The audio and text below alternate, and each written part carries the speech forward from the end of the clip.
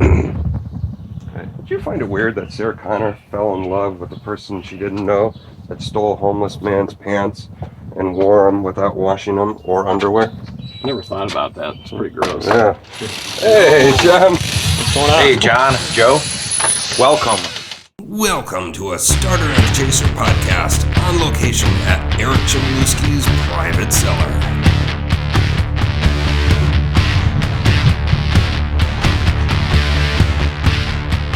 So, Jim, what do you think about Terminator and borrowing pants and not wearing underwear? Well, you know, underwear's been around for, thousands of years. So I think in the post-apocalyptic future, it's still ingrained in our consciousness. There's still some form of undergarment. Oh, hey, how are you guys today? Good. So this is your cellar? Yes. Welcome to Eric Chmielewski's beer cellar. Come on in. You going first? So, Chum, how long have you been aging beers for? Well, let's see. Being the avid, beer connoisseur that I am, I think I really started adding beers to my cellar to age them, about 14 years ago now. I think is when I first started. So I've been doing it ever since. As you can see, I've got quite a few different ones here. Wow, what is that? This beer here, Barker's Island, is something that John here picked up for me, maybe 4 years ago. Where did you find that one, John? I found that one in Northern California at a thrift store for like $4. And I did a bunch of research after I gave it to Eric here. And turns out Baker's Island was from Wisconsin, I think. And they were starting a resort, and in order to publicize the resort, they made a beer. And it's around the late 70s, mid 70s that was made, and it still has beer in it. Mm-hmm. So this is probably the oldest beer in my collection here. It's about 40 years old or more at this point. John and I also did try one when he first got it, and it was interesting. It was actually not too bad. It was, as I think we both said, almost craft-like. It was kind of like a copper amber ale, and it was still pretty tasty. So you guys tried that? We did, yeah. Wow. Yeah, I had purchased that two. Old. Yeah. So, what's your favorite beer that you have here in the cellar? To pick one that's a favorite, well, you sound like me with whiskey. Like, I don't know. Well, Stone is one of my favorite breweries of all time. Right after I turned 21, the first time I went out to buy beer upon turning 21 and went to the liquor store, when I went to a liquor store, there was a bottle of Stone Smoked Porter, a bomber of it, and that really stood out to me. I thought, look at this cool looking gargoyle on the bottle. This was, December of 2003. But the bottle just really stood out to me. I didn't know what Stone was. I didn't even know what a porter was as a style of beer back then, but something about the look of the bottle jumped out at me, so I bought it. And that was my first step in the journey to become a big fan of Stone Brewery and a lot of their beers. So as you can see, I have quite a lot of them here in my cellar. My favorite one, maybe if I had to narrow it down to one, might be this one here, their Imperial Russian Stout. And let's see, when is this one from? 2008. I still have 12 years. Yeah. Wow. And so is it like whiskey? As long as you're storing it in a proper temperature between certain temps, it'll stay good in a bottle for quite a while. Mm-hmm. Yes, okay. Absolutely. And some of these actually have yeast at the bottom of it that continue to add character to the beer more so than ones that don't have yeast in it. Okay. Cool. Like especially a lot of the Belgians, but even other styles. Mm-hmm. They bottle prep them for that or something like that, or? Yeah, it's conditioned on yeast. Okay. So they add yeast at the bottom with the idea of aging. Yeah. And then also, what's the brewery's beer over there I see? Oh, actually, this is something I picked this up at a flea market store a couple of years ago, and my wife and I were on vacation. I just thought it looked cool. Actually, it's Drury's. And I haven't actually researched this one too much. I know it's a brewery that started, in the late 1800s, and I think was active. And this beer was actually brewed up until about 1997 or so. Oh, It wow. hasn't been brewed since then, I don't believe. It looks like a way old label. Yeah. Definitely not from the modern age. So this beer may actually be older than the Barker's one now that I think of it, because I am not sure exactly what year this bottle is from. There's no date on it, so. Oh, wow. So what do you think is your favorite beer in here? Did I already ask that? Yeah, Well, Stone. Okay. The Stone. Okay. The Stone would certainly be up there. So we'll kind of run that. Okay. What got you into aging beer? Just going on the website Beer Advocate, joining that website in early 2006, because I knew it was a good place to go to learn about beer and different styles of beer, and that was just something that was on the discussion forums there. People were talking about it and why they do it and how they feel it changes certain characteristics of certain beers, and what the proper conditions to do it under are. So I figured, well, I have space in my house, so why not? I'm going to give it a try and see if this is something that I feel is worth doing. Mm-hmm. Nice. Is it also the collector side of you too, being able to collect it? Oh, sure. Yeah, I think that okay. plays a role for a lot of people that Oh, age yeah. their beers. Just like with you with your whiskeys Sure. and bourbons, yeah. Yeah. What makes this the ideal room in your house for aging beer? It's pretty consistent temperature-wise year-round, probably about 60 degrees, maybe 65, a little bit of variation, of course, but yeah. And there's no light, no light really gets in here, no natural light, which you want cool, dark places to store and age your beer. So, yeah, and, there's obviously a good amount of shelf space. So. You're starting to run out. You might have to build some more shelves here, too. Yeah. So look at those over there. Those top ones here. Oh, well, these are a series of sour beers from Russian River Brewing Company, which is a brewery in Northern California in Sonoma County. Sonoma County. Santa Rosa and Windsor. That's right, yeah.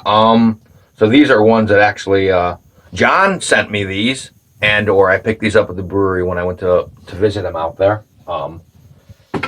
So these are all American Wild Ales.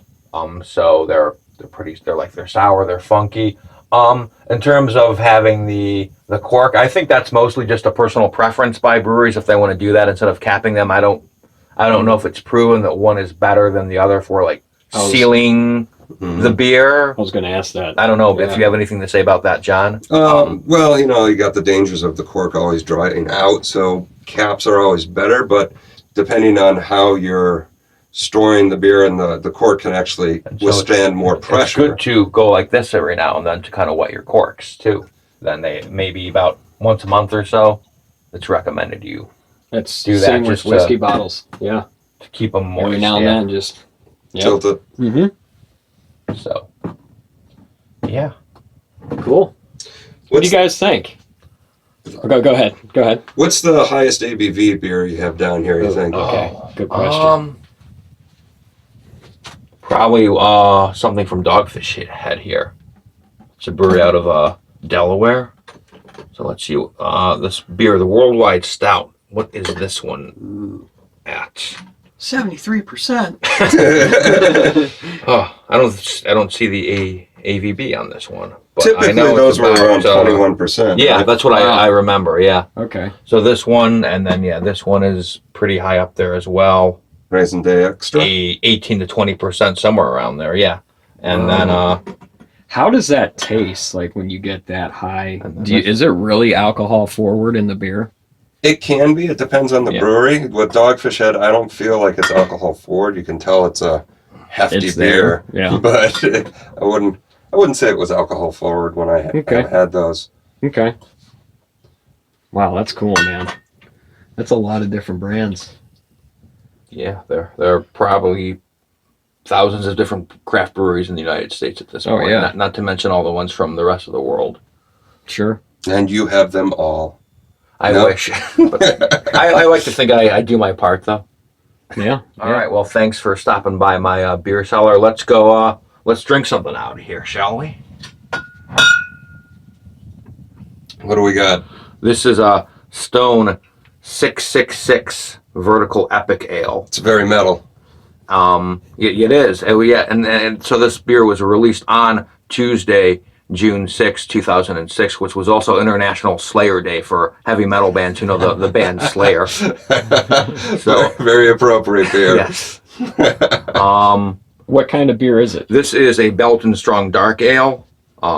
This beer is, I'm sure, it's 14 years old at this point. So the Vertical Epic series was a series of beers that Stone did, starting on, the first one was released on February 2nd, 2002, and then so on and so forth, up until December 12th, 2012. They did a different beer each year. And the idea was to, try to get them all and age them, and then on December 12th, 2012, open them all and have like a big drinking session and just drink them all in one day. So quite the feat. Hence a Vertical Epic. Yes.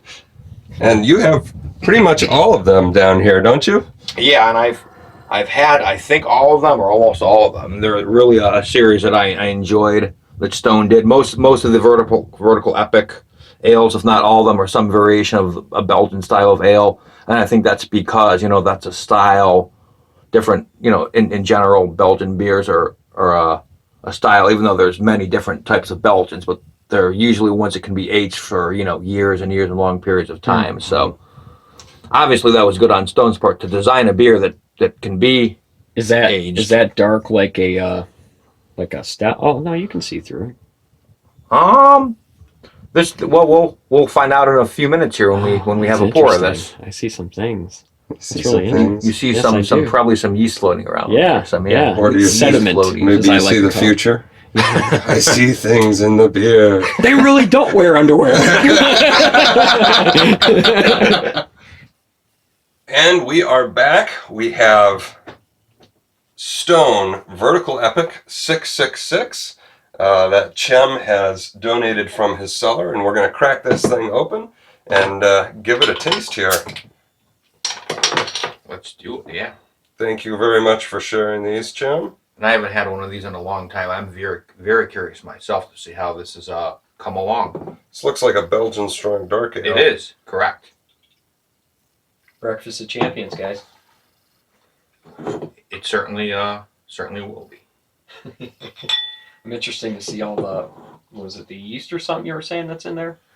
We'll see how much Jon pours out here. I'll try to skip the bulk of it. Okay.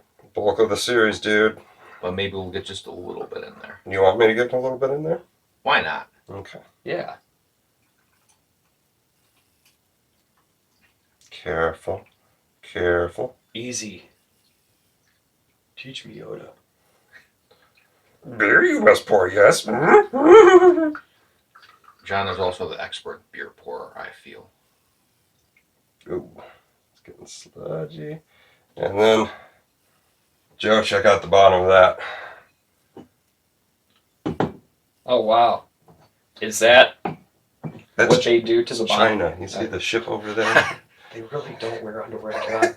No, that's all yeast sediment that's just kind of coagulated on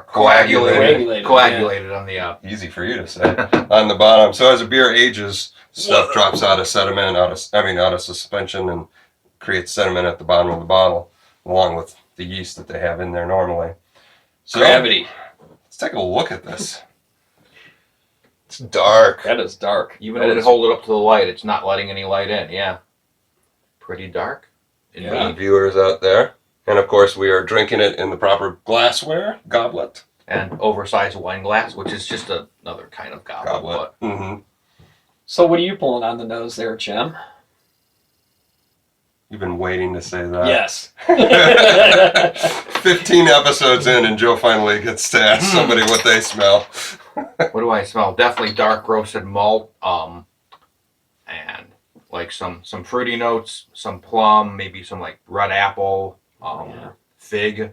Plum is heavy on this. Mm. But yeah, very malty. Yeah, you get a lot of malt on this. Wow. This is the first beer in this series, and I like bought it when it was new. I went out to the store and bought it the day it came out. Oh, wow. You know, one of the local shops you and I like to go to around here. Nice. So, Nice. All right. So, shall we dive in? Yeah. Cheers. Let's do it. Toast.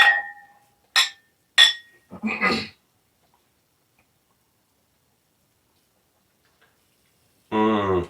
Whoa. Super Belgian-y. Belgian? It's got that Belgian yeast characteristic right up front. Absolutely. Fruity esters. A lot of caramel. I'm kind of shocked how much caramel I get on this. Yeah, that's super malty. There's like a little sour note to it, like on the back end, like a fruity sour note. Just a tiny hint. I pick it up. It's very subtle, but Yeah. It's like what's that candy? Sour Patch Kids kind of taste going on in the back for me. Yeah, it kind of does have a little bit of that. I don't know if that's infected, or if it was infected, it would be like pretty noticeable, I would say. Yeah, because we've had infected beers before. Yeah. Unfortunately, it does happen. This does not have that going on, but it does have just a very tiny hint of that. Mhm. But No, it's very. Yeah. I'm not saying that in a bad or a negative way. It's very tasty. Yes. Very fruity. Very fruity. Dark, like Jen Yeah. was saying, the dark Plums. fig comes out, the plum. Yeah. Damn. Caramel is really interesting. Yeah. What are you fully picking out of there, Jem? let's see what it says. If it says anything about this one, the toasty, dark, and roasty malt flavors combine with a soft palate, courtesy of specialty dark wheat and barley malts. The body is fairly light for a beer with such high gravity. There's a pleasant, lingering bitterness, so you know it's part of the Stone family, which, of course, Stone is most known for their very hop-forward, aggressively hopped beers. Absolutely. Maybe that's what I'm getting. We're getting at the end there. That kind of little bitter note to it, sour. Well, the sour, the wheat. Okay. Wheat proteins break down fairly quickly in beer. That's why your German wheat beers, your Hefeweizens, you want to drink fresh. And once that protein breaks down, I find it has just like a hint of like a kind of a sour note. Okay. And once Chem said wheat, I was like, that's what we're tasting, is the broken down wheat proteins. Yeah. Yeah. Okay. Wow. This ale was brewed with a specialty Belgian yeast that we're really liking here at Stone. The same one we used for brewing the Vertical Epic 333 ale. So half of 6 is 3. And there Okay, we go. yeah, they brought it back. Maybe 12 had the same yeast strain if we're following Okay. numerically. Yeah. Perhaps, yeah. So what did you pull other than like on your when you were smelling it on your palate? Anything else as it opens up here? Now beer, if you let it sit out, it opens up like whiskey. It does, but that's more temperature. As it warms out, more of the flavors come out. Yeah. That's why maybe it's a good time we can talk about serving temperatures for beers. And one thing I noticed, when you were back here in Cleveland, in early 2008, and we were going out to bars, and I was already into craft beer, and you were as well, but maybe not as much as me when you first moved back here. But I remember back then, a lot of bars and restaurants still served even craft beer like this at ice cold temperature and the frosted mug, which thankfully is not the case anymore. Most places don't do that anymore. Yeah. But serving temperature plays a big role in, I think, what the quality of the flavors of a beer. Definitely. Absolutely. The colder the liquid is, the less you can taste out of it. And so by actually putting it in a frosted mug, you get the cold temperature on top of the frost melting and diluting your beer. So really serving temperature for just a tad, beers are like 45 degrees on up. Belgians you want on the warmer side of the spectrum. Your Pilsners you want on the colder side. Imperial Stouts, hell, room temperature for me. Okay. Yeah. All right. Well, I like mine. I like my beers to have a slight chill to them. Actually, this is like perfect temperature. Yeah. A slight chill is nice, but you don't want it ice cold. No, definitely, because I've noticed, especially with the stouts and stuff, when they're cold right out of the fridge, it just mutes all the flavors. But I like to sit out, let them sit out for about 15 minutes or so. You know what I mean? After pouring it, and then it really opens up. Absolutely. But yeah. Speaking of opening up, You pulling anything different out of there? Or? No, I agree with everything that kind of Chem has said on the nose, and he picked up some things I was had a hard time figuring out on the nose. The plum part of it really, because I was like, "What's that fruit I'm smelling?" And he said plum. I'm like, "That's it." And it was like, "Yep, that's definitely plum." Chem's got a great palate.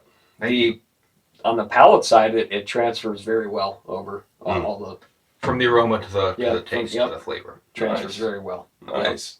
And it's very. This is a very. What's the percentage on this? 666? No.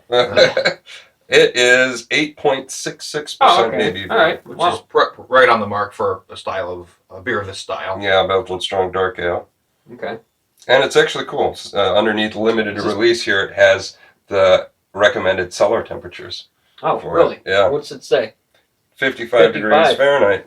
That's probably legitimately there in that cellar. Yeah. I mean, it tastes like it came out of not a fridge, but like something that came out of a fridge and sat out for a little bit. Mm-hmm. It's like perfect. This is like the temperature I like to drink beer at. Absolutely. For sure. Wow.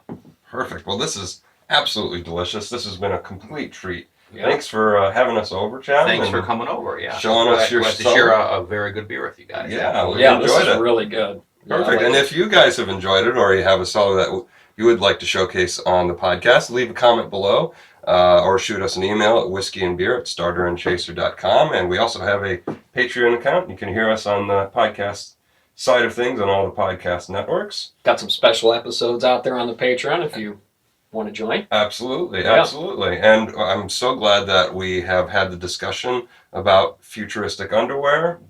It seems to be that the consensus Doesn't exist. It exists for you too, and I'm still kind of on the fence. So you're outvoted. I'm outvoted. So in the future, they do have underwear. We'll get you guys next week. Cheers. Cheers.